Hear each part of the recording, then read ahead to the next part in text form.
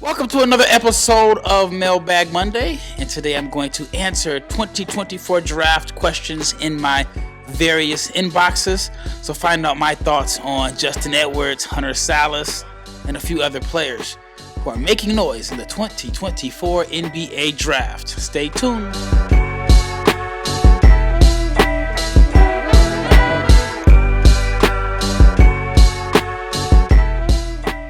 Big shout out to each and every person that has made the Locked On NBA Big Board podcast your first listen of the day. I'm your host, Rafael Barlowe. I am flying solo today because it is Mailbag Monday and these questions are coming directly to my inbox. But before I get started, I want to let you know that this episode is brought to you by LinkedIn, because LinkedIn Jobs, it helps you find qualified candidates that you want to talk to, but faster. So post your job for free at linkedin.com/lockedonnba, linkedin.com/lockedonnba to post your job for free. Terms and conditions apply. Like I mentioned, I am Rafael Barlowe, the Director of Scouting for NBA Big Board. And if you're not subscribed, please subscribe to the channel, like, share, comment. Make sure you click the bell so you can get notifications, because we are coming at you 5 days a week with draft coverage.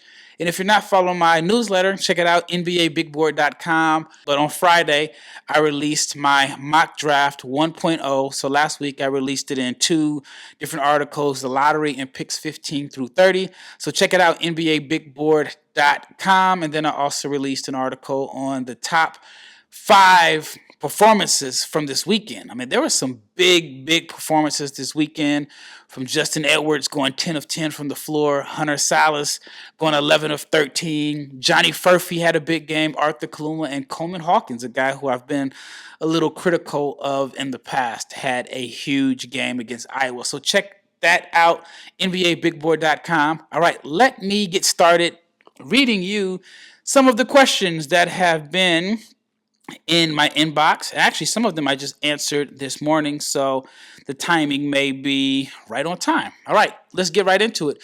Did you see Justin Edwards against Alabama? Do you think he'll enter the draft or come back to school? I know you were high on him last summer, but what do you think of his game? So Justin Edwards was my number one prospect coming into the season. I had him number one on my big board. I talked about it a couple times back in probably July and August. I thought that his versatility with his NBA positional size, I thought that he was going to have a huge season for Kentucky. Not necessarily statistically, because I know Kentucky's always loaded and you don't really see guys put up huge numbers at Kentucky, but I just thought with the talent on the team, and I definitely wasn't expecting Rob Dillingham and Reed Sheppard to emerge as their two best prospects. But I thought Justin Edwards was going to be able to show enough as far as just versatility. He's 6'8". I've seen him listed at 6'9". I've seen him listed at 6'7" also. But just I thought he was going to be able to show that he can defend multiple positions, knock down open shots, create opportunities for others, attack the rim, and so on. And unfortunately, he just hasn't lived up to the expectations this season. He's really been struggling with lack of assertiveness. I mean, there's been plenty of times where he doesn't take double-figure shots. If I'm not mistaken, 10 of his last 12 games or something like that, he has scored under double figures. So those aren't numbers that you'd expect from a highly touted freshman who, based off of some publications, had as the number one prospect entering college basketball, and I had him as the number one prospect in as far as like NBA prospects. And so you usually don't see that from a guy that is so highly touted to not be assertive and aggressive. And it's led to plenty of questions about his ability to create space for himself. His shooting hasn't been good. He's only averaging like 8 points per game. So with that being said, he had a perfect game against Alabama. It was a very high-scoring game. Kentucky had 117 points. You don't normally see that in college basketball, but Justin Edwards was 10 of 10 from the floor. Like 10 of 10 from the floor. So do I think he'll come back to school? No. I definitely don't see a situation where he comes back to school. I think I mean, yeah, there is a chance that if he does come back to school, that he could boost his draft stock. I mean, the 2025 draft is considered to be stronger. I mean, I just think he ends up in a situation where he enters the draft. He's gonna have to like rebuild his name in front of NBA scouts and so on. It's a situation that a few Kentucky players have been in recent memory. Chris Livingston wasn't the number one player, but he didn't live up to the expectations. His freshman year at Kentucky ends up being a late second round pick. BJ Boston a couple years before. I mean, Scal Labissiere. So, I mean, it's happened before, but Kentucky has a tremendous track record of producing number one picks, whether it's Karl Anthony Towns or John Wall and so on. So I don't think he's going to come back to school. I don't think it makes sense for him. I think that at the minimum, he can be a second round pick. But let's get back into this game. I want to talk a little bit more about the game. 29 minutes, 10 of 10 from the floor, 4 of 4 from 3. The only shot he missed was a free throw. He was 4 of 5 from the foul line, but he had 5 rebounds, 2 assists, 2 steals, 28 points on 10 of 10 shooting. That is one of the more incredible stat lines that I've seen. Now, the question is, what do I like about his game, or what do I think about his game? I think that he has the tools. I don't think he's going to be a all-star franchise guy by any means. That's just based off of what I've seen this year. If you would have presented that question to me back in October or August, I would have said that he's going to be like an all-star. I think he, like I said, he has the tools to be a good complementary piece, but it's all going to boil down to the shooting. Just the lack of aggressiveness and assertiveness has been really, really concerning to me. So I like his physical tools. I like what he brings to the table, but I want to see more out of him. I think that he could be more aggressive, more assertive. I would like to see the jumper improve. But I like to see him show more creativity off the bounce, just because what I've seen this year, it does raise some eyebrows and some concerns on how is he going to create his own shot in the NBA. And if he's not like a catch and three sniper, and he's not a guy that can create his own shot, then he's just going to have to find the role as like this defensive cutter. But I mean, there's still time. I don't think that he'll be able to regain the buzz that he had coming into the season. But overall, I just think Justin Edwards is going to have to show a lot over the next week or even the next month or so to climb back into the first round. Because, again, I had him at number 1 coming into the season. But when I released my Big Board 2.0, I had him at number 50. Yeah, number 50. All right, when we return, I'm going to answer questions about the 2025 draft. ESPN just released their 2025 mock draft, and I've received quite a few text messages from some parents and friends and families of certain players that are not happy with where they're ranked. So I'll share my thoughts on the 2025 mock draft that was released by ESPN early Monday. Stay tuned. But let's talk about LinkedIn, because when you are hiring for your small business, you definitely want to hire quality professionals that fit the role. I mean, it's just like professional sports. You have to find someone that fits a role in order for your team to succeed. And that's why you have to check out LinkedIn Jobs, because LinkedIn Jobs has the tools to help you find the right professionals for your team faster and, more importantly, for free. LinkedIn is not just another job board. LinkedIn has a huge network of more than 1 billion professionals, which makes it the best place to hire. It can give you access to professionals that you cannot find anywhere else, and LinkedIn does all of this while making the process easy and very intuitive. Hiring is much easier when you use LinkedIn. It's so easy that 86% of small businesses can get a qualified candidate within 24 hours. Talk about a fast turnaround. And LinkedIn knows that small businesses are wearing multiple hats and they may not have the proper resources to hire. But LinkedIn is constantly finding ways to make the process easier.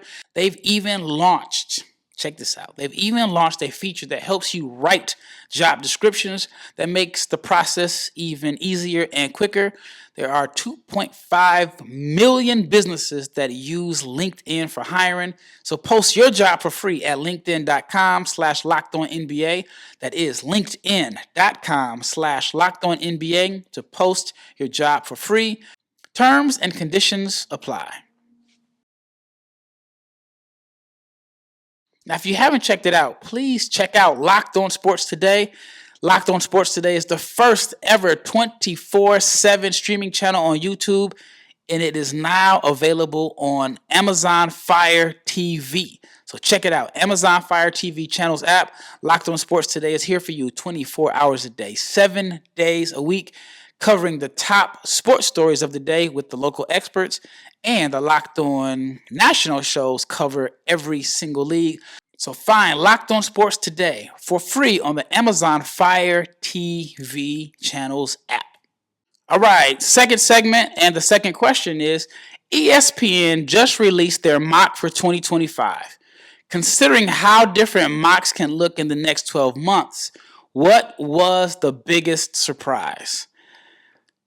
There was a lot of surprises. I'm not a guy that really bashes other people's mock drafts because it is their opinion. Like, who am I to tell someone that their opinion is totally wrong just because it is their opinion? I know when I post mock drafts, someone doesn't like what is posted. It's like, you're the biggest idiot in the world. What are you talking about? You have no idea. You're not watching basketball, yada, yada, yada. I mean, that just comes with the territory.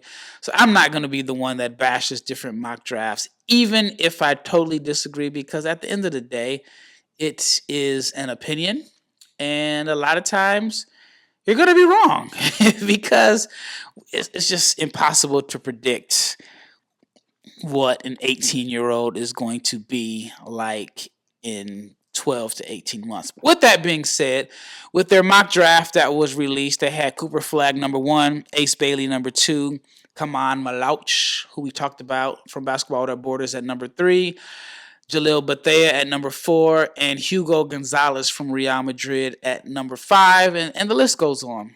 But some of the most shocking names were guys that are currently playing in college basketball that, in my opinion, are borderline first-round picks in 2024, but ESPN has them as second-round picks in 2025. So I thought that was pretty interesting. So I just go by some of the names. For example, they have, this is ESPN, has Tyrese Proctor at number 30 in the 2025 draft. They have Trey Alexander at number 33 in the 2025 draft. There are people that think Trey Alexander from Creighton is a first-round pick in 2024. Kylan Boswell, they have him at number 34. Elliot Cadeau from North Carolina, 35. Kylan Boswell, by the way, is from Arizona. They have Kanan Carlisle as a second-round pick. Bronny James, Zvonimir Ivkovic, who I have as a first-round pick. I don't care that he's not getting a lot of minutes for Kentucky. He's 7'2". He can shoot. He can handle. He's skilled. Shows that he can pass the ball. I've had Ivkovic, I had him as a lottery pick or a first-round pick after the U20s last summer. And even though he's not playing a lot at Kentucky, I still have him in that range. And then I mocked him in the 20s on my last mock, and then he had a big game this weekend when he was finally given an opportunity to get minutes. So Ivkovic at number 40 in the second round of 2025 is probably the thing or the pick that I disagree with the most. They have Caleb Foster at number 41. Aaron Bradshaw, a guy that I had as a lottery. I had him as a first-round pick all the way up until probably a couple weeks ago. They have him at number 44. Kwame Evans Jr., 46. Jackson Robinson, who they were really high on. ESPN was really high on Jackson Robinson a few months back, and he's just been up and down. But they have him at number 47. They have Trent Flowers at 51. Dylan Mitchell, 53. Judah Mintz at 55 in the 2025 draft. Mark Mitchell. Jameer Watkins, a guy that I'm really high on. I think he's one of the better players in the country. To have him at number 59. So their mock draft for 2025 is very interesting. But it just shows you how crazy this 2024 class is, because guys that are in their opinion, mocked as potential, at least in their opinion, some of the guys that are mocked as potential first round picks in 2024, if they return to school, could end up in the back end of the second round in 2025. So I don't know if that's saying that this class is that weak or 25 is that good. But that's my thoughts and opinions on ESPN's mock for the 2025 draft. All right, number 3. And this kind of had the internet. Well, not the internet. I wouldn't give myself that much credit. But draft Twitter kind of buzzing a little bit. And the question is, I saw you say that Tyler Kolek reminds you of Jalen Brunson. I don't see it at all. What in the world made you make that comparison? And it's probably my fault for not wording it correctly in a sense. I did say that I believe there are some parallels between Jalen Brunson and Tyler Kolek. I didn't say that they play exactly alike. I mentioned or I tweeted that the way that they use their strength and craftiness and ability to cut off angles to get to the rim, I thought that was similar. Brunson looks to score more, while Kolek uses those same attributes to create scoring opportunities for others. I even mentioned in a tweet, I don't think Kolek is going to average 27 points per game like Brunson. But if you look at their scouting reports, there are some similarities. If you go back to Jalen Brunson's scouting report from 2018, people said that he was a one-position defender, not a good athlete, doesn't have the greatest measurables, may struggle getting by athletic NBA defenders, yada, yada, yada. And they overlooked what he does do well, the fact that he was a winner. I mean, he fell to the second round, but even then, the Mavs selected him early in the second round and didn't even place like a team option on his contract, which is, to me, that's a sign that they didn't fully believe in him. And so with that being said about Tyler Kolek, there are people that are going to say, oh, can he defend, against NBA players? Is he fast enough? Tyler Kolek is a bigger guard, not an incredibly big guard, but he has good size. He can shoot. He had a game where he had like 18 assists last week. He can change and dominate a game without scoring, but he can't score and he can't knock down open shots. So I'm high on Kolek, but the comparison was more so about the lack of ideal physical tools that some fans and even teams may hold against him.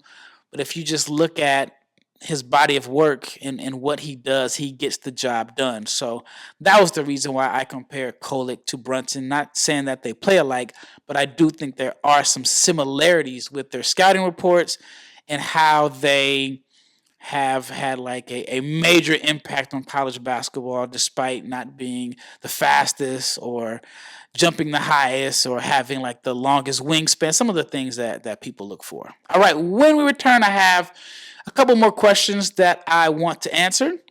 And we're going to talk about Hunter Sallis, Terrence Shannon, and Bub Carrington. Stay tuned. I have a question for you. Are you the type of driver that likes to push things a little further? Do you ever wonder what adventure could be around the corner? Well, our friends at Nissan have a lineup of SUVs with the capabilities to take your adventure to the next level. And my favorite one is the Nissan Pathfinder. It has room up to 8, an expansive cargo capacity, and the advanced 4x4 availability and capability. It also has 284 horsepower and can tow up to 6,000 pounds. So when adventure calls, the Pathfinder would be there to answer. So go check out the Pathfinder at nissanusa.com because the Nissan Pathfinder could be there for your next big adventure. All right, last segment. Question number 4 says, how high can Hunter Sallis go in the draft, and why didn't Gonzaga play him? That is the $1 million question, or in Hunter's case, multi-million dollar question. Because his draft stock has surged since leaving Gonzaga. At Gonzaga, he didn't look like a confident player. I mean, and I'm from Omaha, and I've known Hunter's family forever, and I've followed his career. He was not the same player that he was in high school at Gonzaga. The confidence wasn't there. It just looked like he was overthinking. And when he got in the game, it looked like he was just playing not to make a mistake. Transfers to Wake Forest. The rest is history. He is, I think, going to be first team all ACC. I think there is a chance he could win ACC Player of the Year. I mean, they're probably going to give it to somebody from Duke or North Carolina or so on. But I think he's in the running. And the performance that he had against Duke this weekend, 11 of 13 from the floor, was an incredible performance. Now, Wake Forest has done a good job with transfers from Alanis Williams to Jake LaRavia to Appleby last year.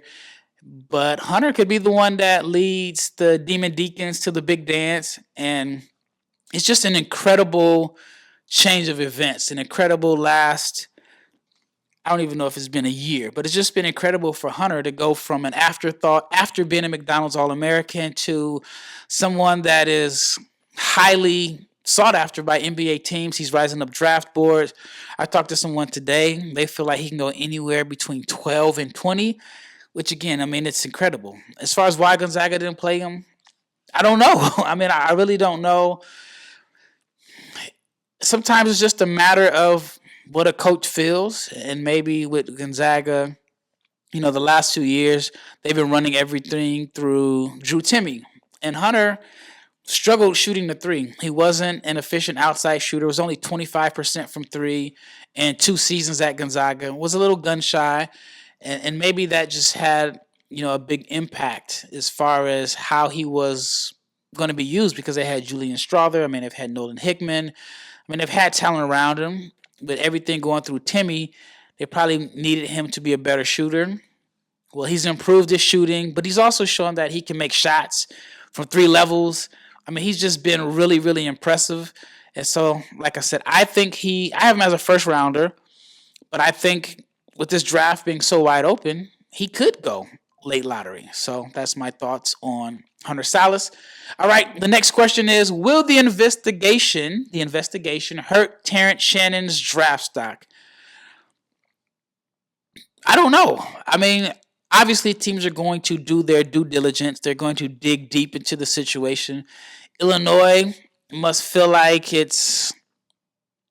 I don't know how to say this. He's playing. I'll say that much. I don't want to say Illinois isn't taking the case serious, but I imagine they've done their investigation and they felt like there's enough evidence to support the fact that he maybe is innocent, and that's why they're letting him play. But you never know. I mean, we've seen colleges choose winning over everything else, and they play some guys that are in some trouble. I mean, last year's situation, I don't want to say it's the exact same, but Alabama chose to continue to play Brandon Miller, and that case was very serious. And in this case, is very serious too. So like I said, the investigation, it definitely hurts his name. You don't want to have your name attached to anything dealing with sexual assault or rape. So I think in the public eye, it does hurt his name. But like I've been saying, the NBA teams are going to do their due diligence, and we'll see if it impacts his draft status. All right, the last question is, Bub Carrington has fallen off a cliff. Is he a 2024 guy, or do you think he should wait until 2025? I definitely think he's going to play in the NBA at some point. I just don't think he's ready for 2024. I mean, his draft stock is nowhere near as hot as it was at the beginning of the season. But I do think that, he is one of the younger players. I should say that. I do think that coming back to school would be beneficial for him. He'd have another year under his belt, because a lot of the hype based around his name was directly related to the strong performances that he had in non-conference play. But since conference play has started, he's really struggled. There are some teams that still like him a little bit, but I think that it's best for him to wait until 2025. But that's just my opinion, even though 2025 is considered a stronger class. Well, that wraps up this episode of the Locked On NBA Big Board Podcast. Once again, it's Rafael Barlowe. This is Mailbag Monday, and I am out.